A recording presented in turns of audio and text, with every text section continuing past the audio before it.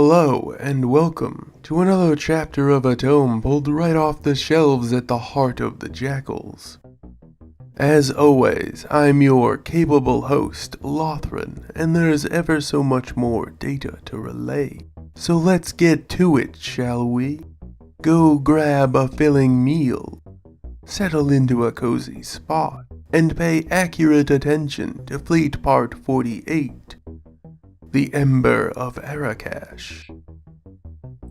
Keep this thing steady! People are dying down there! It's the lightning strike, sir. All our systems are going haywire. We have to land and power down ASAP. These things have shielding to protect from that. It shouldn't be a problem.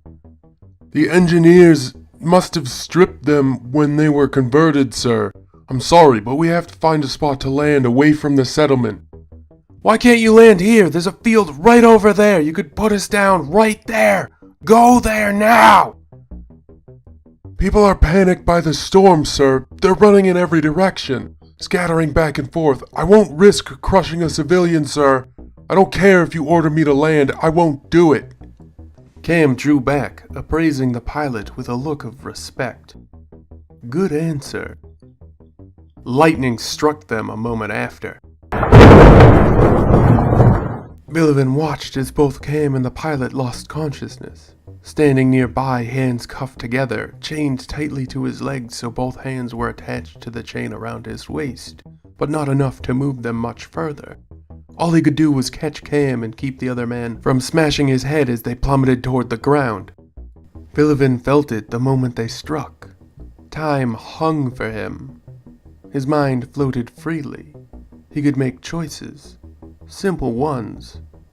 Arakash.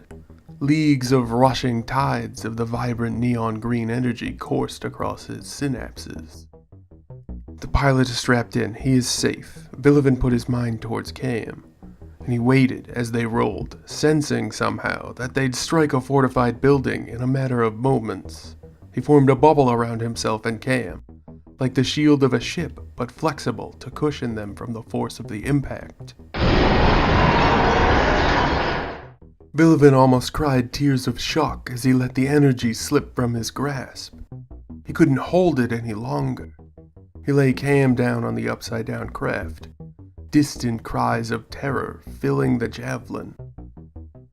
I have to help them, he said to himself. Vilivin reached into the shatteringly cold abyss of liquid energy that was Arakash, dominating his very being, aware that it might kill him to reach for it, but knowing there was no other choice if he wanted to help those people. He guided the torrent of energy toward his muscles. Only a fraction of what he desired made the journey through the connection. Vilivin felt the tiny strands of energy ripple over the skin of his hands, as he tore them from the binding, in the same instant ripping his feet apart so that he could run freely. He had to let go of the energy again, a difficult and horrible choice to make while stumbling weakly to his hands and knees. The energy was too painful as it flowed through him. Each embrace, each exchange, each support was necessary, but agonizing in the same breath. Vilivin staggered from the craft, his face still covered by a helm, reminiscent of the old Jakuls, but blocking all his features except for his eyes. Screams! He could hear them even through the metal of the helm. The storm raged around him. His entire body ached from the crash, but he forced his feet to carry him toward the cries of pain. There! Trapped under some debris. Survivors! Vilivin reached out for Arakash. It had to be done. He clawed at the opening through which the power must flow, pushing it with his hands, formed of his very will and essence, to make it work as he needed it to function. The cost he would pay, Vilivin did know as soon as he committed to the act. But as he rushed to the edge of the group of trapped people, he could practically taste their desperation. He bent to grab the slab of man-made stone, his muscles feeling like they would fling right off of his bones. Which would kill him first, the pain of his exertions or the pain of the visible bolts of green energy, coiling over his form and shooting into the drenched ground all around him? Vilivin pushed past the pain, past the terror of the people he had to help.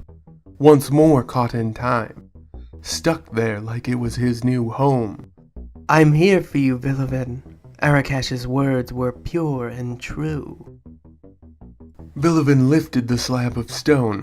"Go!" he shouted to the paralyzed victims. "I don't know how long I can hold this. Please hurry!" Made fearful by the danger of passing through the neon green lightning storm stabbing periodically from his body, most of the people stayed where they were. One woman, though, took the opportunity to escape, running without looking back into the shelter of concealing night all around them. Vilivin continued to hold the slab, knowing that soon he would have to drop it. But then she came back, panting and looking more than a little guilty, pulling people free of their prisons, both mental and actual. Vilivin held on, the fibers of his muscles screaming in torment, so that she could help to save every last one of them. Then he drifted, taken from the world by Arakash. Vilivin was swept away by the cascading deluge of energy rushing into his body, carried into an internal rift, not sure if he was now being crushed beneath the massive piece of stone, or by the energy of Arakash itself. Sure that he had succeeded, he had saved them, even if it had cost him his life, and that was worth something. And so it is, our time together has once more come to a close. I hope each and every one of you enjoyed the tale as much as I have the telling of it.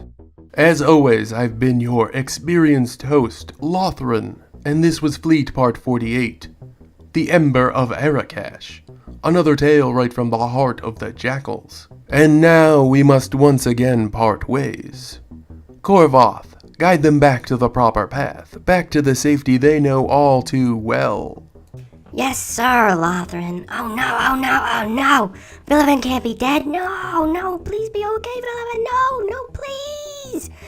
Oh, Lothran's giving me the eyes again. Ugh, Lothran, I gotta do my job. Okay, here we go.